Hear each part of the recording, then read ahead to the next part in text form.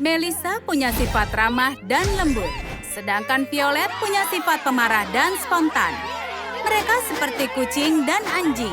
Ini pasti sangat berat.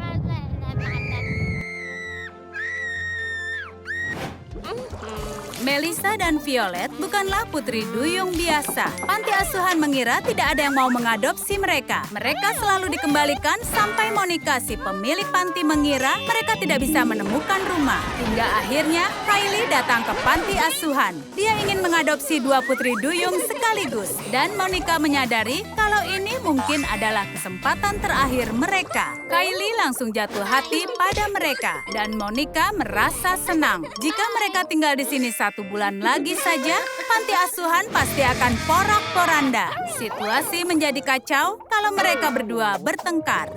Bahkan, mereka pernah mengakibatkan tsunami. Untung saja Kylie tidak tahu. Mereka berdua terlihat sangat manis. Mereka berterima kasih pada Kylie untuk kamar yang cantik. Tapi mereka tidak mau berpura-pura terus. Mereka ingin menjadi diri sendiri. Dan kamar harus sesuai dengan kepribadian mereka. Warna-warna cerah untuk Melissa dan warna gelap untuk Violet. Mereka juga harus menandai garis perbatasan. Dan mereka tidak akan berpura-pura menjadi sesuatu yang bukan diri mereka. Jadi mereka berdua tidak akan bersikap seperti anak baik terlalu lama. Dalam jam-jam pertama menjadi ibu, Kylie sudah sangat mencurigai kalau ada sesuatu yang tidak beres. Tapi dia ini tidak mudah takut. Kylie dikenal dengan kemampuannya dalam membuat ramuan. Ramuan buatannya laku keras di bawah laut. Tapi sekarang dia seorang ibu, tidak punya banyak waktu menjalankan bisnisnya. Para putri duyung manis dan tenang ini sudah berubah menjadi iblis laut sungguhan. Mereka tidak bisa diam dan tingkah laku mereka seperti badai dibandingkan anak remaja. Kylie yang malang punya masalah serius dalam membuat ramuan. Meskipun dia berusaha keras untuk bersabar, tapi mereka berdua bisa membuat gila siapa saja. Putri duyung dikenal dengan nyanyian mereka, tapi hanya manusia yang menyukai nyanyian mereka. Putri duyung hanya akan saling mengkritik nyanyian mereka, karena mereka juga punya selera musik berbeda. Violet memilih musik yang sangat berisik, dan band kesukaannya adalah Poseidon Siren. Dia bercita-cita membuat bandnya sendiri. Dan mimpinya terdengar menembus dinding. Kylie tidak bisa bekerja dalam kondisi ini. Jadi dia harus temukan hobi baru untuk para putrinya. Hobi yang tidak terlalu berisik.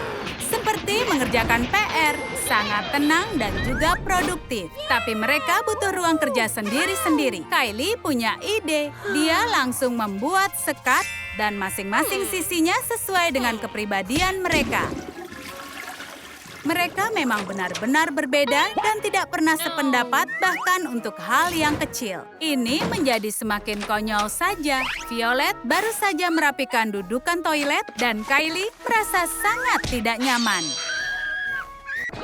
Mungkin mereka adalah hukuman karma karena dulu Kylie adalah penyihir yang jahat. Tapi dia tidak ingin mereka menjadi musuh terburuknya.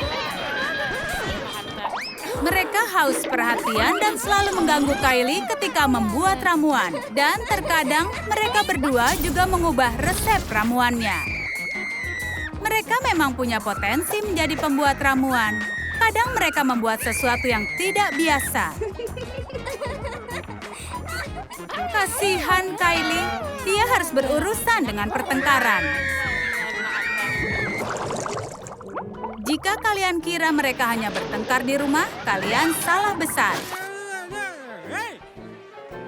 Violet dan Melissa tidak bisa berhenti bertengkar, bahkan di sekolah. Mereka tidak pandai dalam pelajaran. Melissa selalu berhayal setiap saat dan tidak pernah memperhatikan informasi yang penting. Dan Violet, dia terlalu suram, bahkan untuk standar putri duyung. Membahas alat pancing itu memang dilarang. Biarkan aku menggambarnya. Dia mungkin akan dihukum karena hal ini.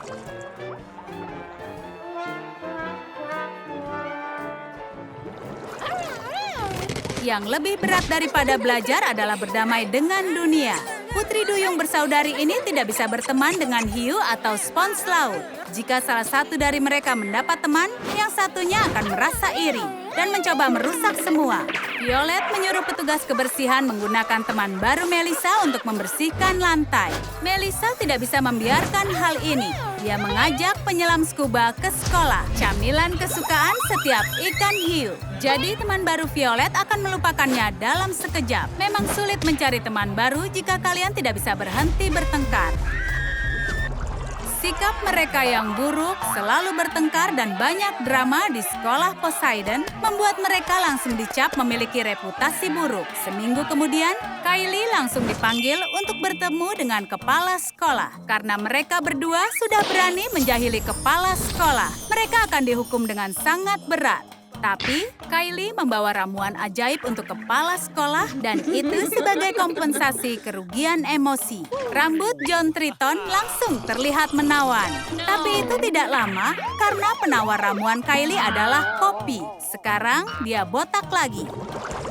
Kylie sangat lelah mengurus mereka berdua. Dia tidak bisa melakukannya sendirian. Ini adalah pertama kalinya dia benar-benar ingin menikah. Dia membutuhkan rekan yang suportif, yang mencintainya dan putrinya dan mau membantunya menjadi orang tua mereka. Mereka setuju dengan ide pernikahan itu. Mereka ingin membantu sang ibu. Mendapat perhatian adalah hal mudah bagi putri duyung. Mereka hanya perlu bernyanyi dan para peminang akan muncul dari mana-mana. Tapi apakah mereka akan tertarik dengan penyihir laut yang bertentakel? Sepertinya mereka memilih foto yang salah. Ini memang konyol karena mereka bisa mengundang masalah dengan mudah. Meskipun mereka berada di penjara bawah air, mereka tetap tidak akan berhenti. Mereka tidak terlibat masalah, tapi para makhluk di sekitar mereka. Bukan mereka yang dipenjara bersama ubur-ubur. Ubur-uburlah yang dipenjara dengan mereka. Saat Kylie datang membebaskan mereka, para putri duyung itu memeras ubur-ubur untuk mengisi daya ponsel mereka. Meskipun mereka adalah pembuat masalah, Kylie tetap menyayangi mereka. Bahkan dia juga ingin memberikan kejutan dan memberikan peliharaan. Mereka benar-benar senang mendapatkan gurita kecil. Tapi rasa senangnya hanya sebentar. Di luar berbahaya khususnya bagi putri duyung. Mereka harus belajar kalau mata kail itu berbahaya. Melissa beruntung saudarinya tahu kalau itu sangat berbahaya. Atau nasibnya bisa berakhir di daratan kering. Tapi dia baik-baik saja dan nelayan tidak dapat tangkapan bagus.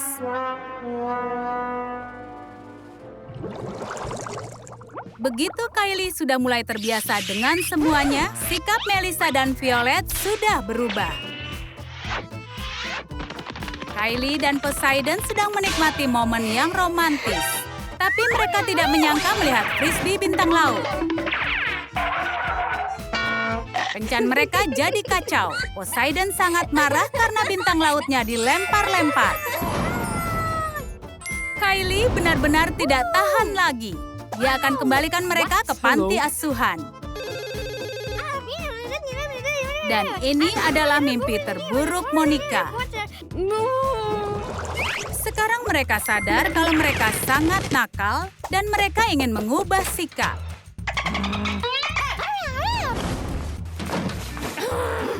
Poseidon harus dengan terpaksa menerima permintaan maaf tulus dari Melissa dan Violet. Dia mendengarkan penjelasan mereka dan langsung bergegas menemui Kylie untuk memberitahu kalau dia mencintainya.